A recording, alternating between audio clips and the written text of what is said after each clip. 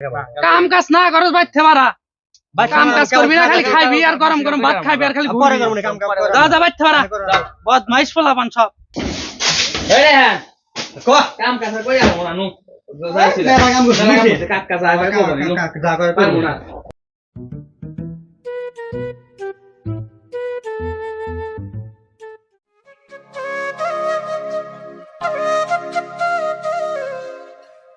পোলাপান দূর গেল কোনেরা বারে বারে খাওয়ার সময় কইলাম যে ঘর ডো সাফ করা নাকবো কমে গেল দেখছেন এই ঘাস খেতেও দেখতেছি না ওর ঘরেও দেখতেছি না পোলা বান্ধুরও গেল গোনা দেখছেন গরম গরম ভাত খাইছে ওখানে দুজন ফোন টিপতেছে দোষ আগে যায় আগে দেখছেন গরম ভাত ছিলে বাড়াইছি হাই তুই বদমাইশানি কি কর গরম ভাত খিলে হেরে কেবল পাঠাইলাম চড়ার মধ্যে কাম বাদ দিয়ে হেনে দুজন বসে হয়েছে বদমাইশ পোলা ভাই ঘর তো সাফ করছ তুমি যাও তুমি কাম করো পরে করব কাম করব না কাম কাজ না করস বাইতে পারা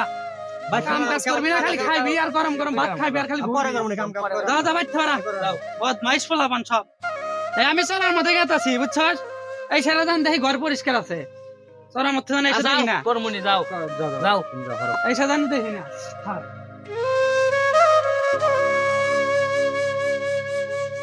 ও নো কাম করি কাকা এসে আবার বেরিয়ে বনি নিকাল করব না ফোন দেখি পরে আবার খেবার দেব না আবার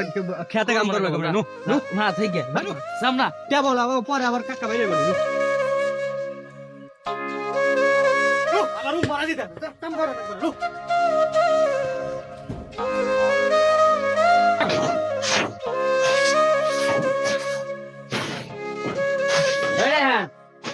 কাম কাজ কই আর মোরা নু যাইছিল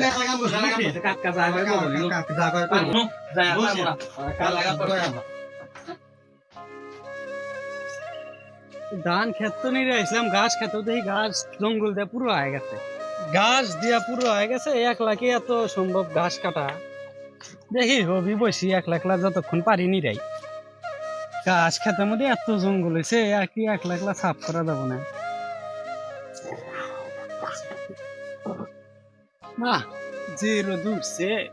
রোদে তো আর থাকা গেছে হ্যাঁ না যাই স্বল্প দূর দেহে নিয়ে এসে এক লাখ কাম করে একটা না এই রোদে থাকা যায় না যাই একটু ভাত খাওয়া শুনে স্বল্প দূর দেহে নিয়ে আসুন তাহলে একসাথে কাম করলে তাড়াতাড়ি হবো না জায়গা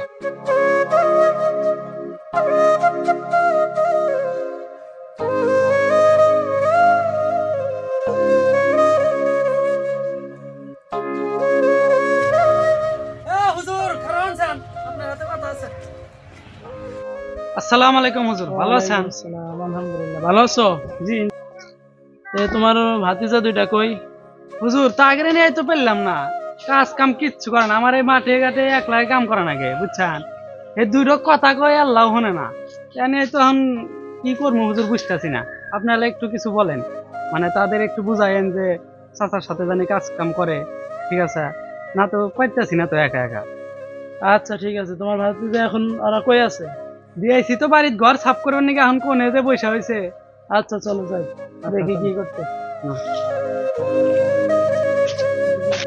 কামে দিছিলাম দুজনে এসে বসে থেকে এনে ফোন করতেছে হুজুর আসসালামু আলাইকুম আসসালামু আলাইকুম হুজুর ভালো আছেন ভালো আছেন এই তো তোমরা ভালো আছো এই তো ভালো আছে ভালো আছি তোমার চাচা আমার কাছে অভিযোগ করলো তোমরা নাকি কাজ করো না হুজুর কাম করছিস আজকে মেলা কাম করছিস করলাম গরম মুসলাম করছি মেলা কাম করছি আল্লাহ ভালো করে একটু বুঝান আমার সাথে চড়ার ভিতরে যে আল্লাহ কাম টাম করবো কিচ্ছুই করে না খালি ঘোরে আর খায় আমি তো আসার সময় দেখলাম যে চড়ার ভিতর থেকে একা একা আসতেছে আমার হাতে গেলে মনে করেন যে আল্লাহ কাজে সুবিধা হয় তিনজন মিলে করলাম আমার কাজই করলো তারপর আমাকে বললো যে আমার ভাইস্তাদের নিয়ে অনেক বিপদে আছি তারা তো কাজকর্ম করতে চায় না এই অভিযোগ দিলে এটা কি সত্যি